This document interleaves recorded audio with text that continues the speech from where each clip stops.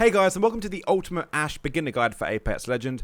Ashe was introduced with the brand new Season 11 Escape update, which comes out on November the 2nd in a couple days from this video. But I was able to play with her last week as EA invited me to kind of the early playtest. And I got a pretty good gist of the character. Now, this is a beginner guide, guys, so make sure that to check back in a few weeks when I do the Ultimate Guide for Ashe, as I'm going to need to play her a little bit more. But I think I have a very good gist of the character. Now, I'm going to go into a little bit of detail before I go into her abilities.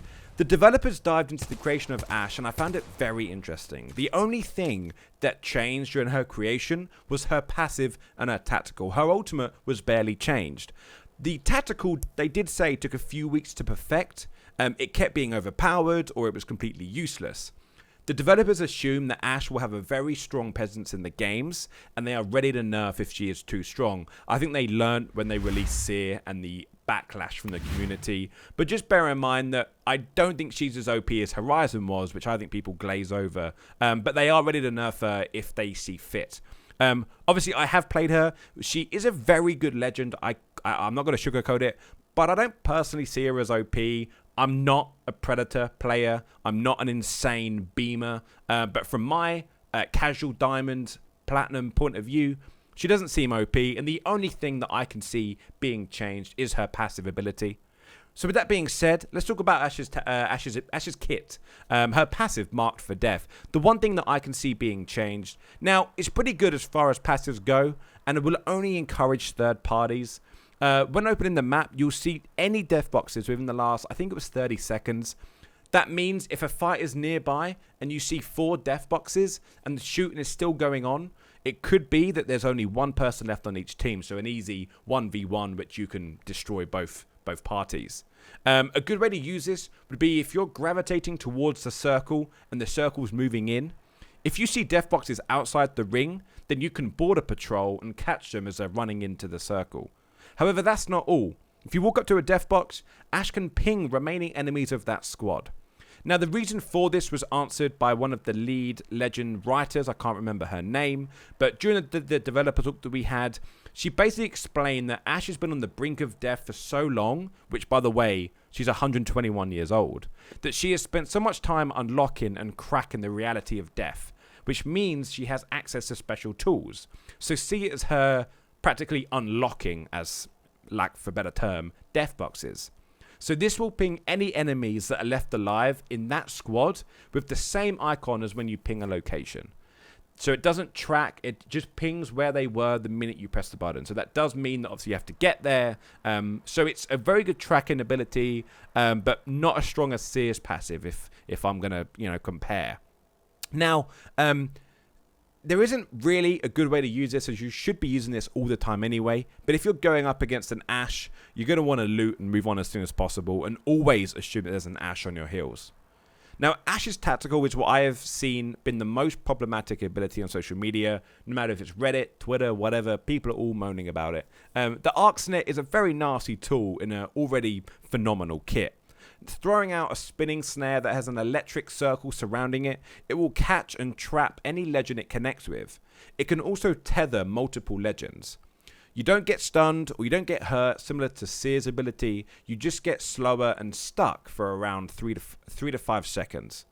My issue with this is you cannot move, and you know me and my thoughts on movement. It's pivotal for Apex to ensure movement doesn't suffer from the new updates and the new legends. I put out a video a while ago about how I think Apex Legends' biggest problem is that they keep putting out new content in forms of legends, which seem to just be getting OP and OP as we carry on going. Now, it'll be very easy to keep you in the fight and unable to flee if you're tracked by Ashe's tactical, but it is very large and it's very easily noticeable, so it shouldn't be that much of a problem, as you should be able to see it. That's, I think, the scale of how they got it to be quite balanced.